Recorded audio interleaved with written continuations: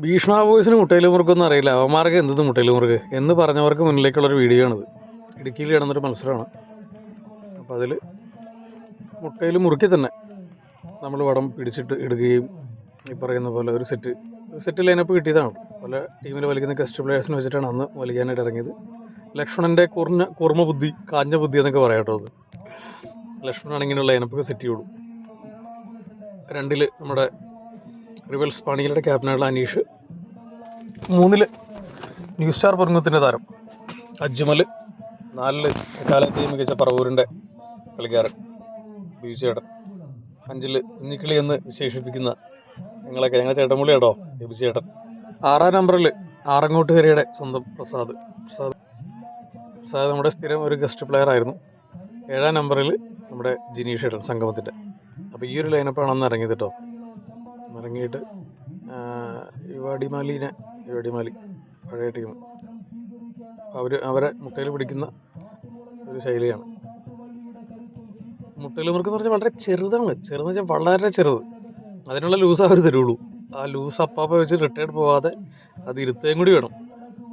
അത് നല്ല ഭംഗിയായിട്ട് ചെയ്യാൻ അറിയുന്ന ആളാണ് 4 നമ്പറിൽ എടുക്കുന്നത്. നമുക്കൊക്കെ പുള്ളി ചെയ്യുമ്പോൾ അനുസരിച്ച് ചെറുതായിട്ടെങ്കിൽ ചെയ്ത് കൊടുത്താൽ മതി. പിന്നെ അജ്മലും അതുപോലെ തന്നെ അനീഷ് പ്രതിഭയിൽ വലിക്കുന്ന സമയത്തും ഒക്കെ ഈ ഒരു ശൈലി അവർക്ക് അറിയാവുന്നതാണ്. ആ ഒരു ശൈലി മത്സരമാണ് നിങ്ങളിപ്പോൾ കണ്ടുകൊണ്ടിരിക്കുന്നത് കേട്ടോ.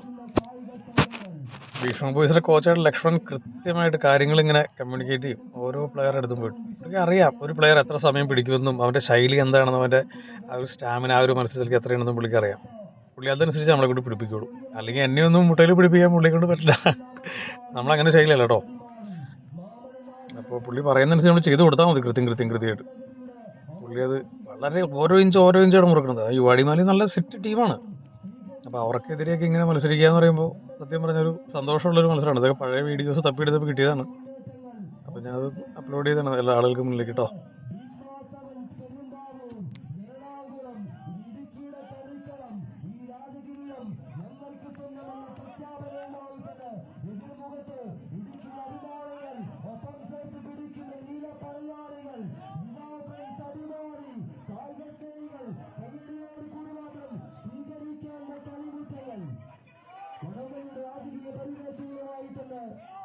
കടന്നു വന്നവർ ഇരു കഥകളിലുമായി പിന്നിലെഴുതുന്ന കായിക സ്നേഹികൾ നല്ലൊരു കയ്യടിയോട് കൂടി തന്നെ സ്വീകരിക്കുക. മനീഷൻ മത്സരം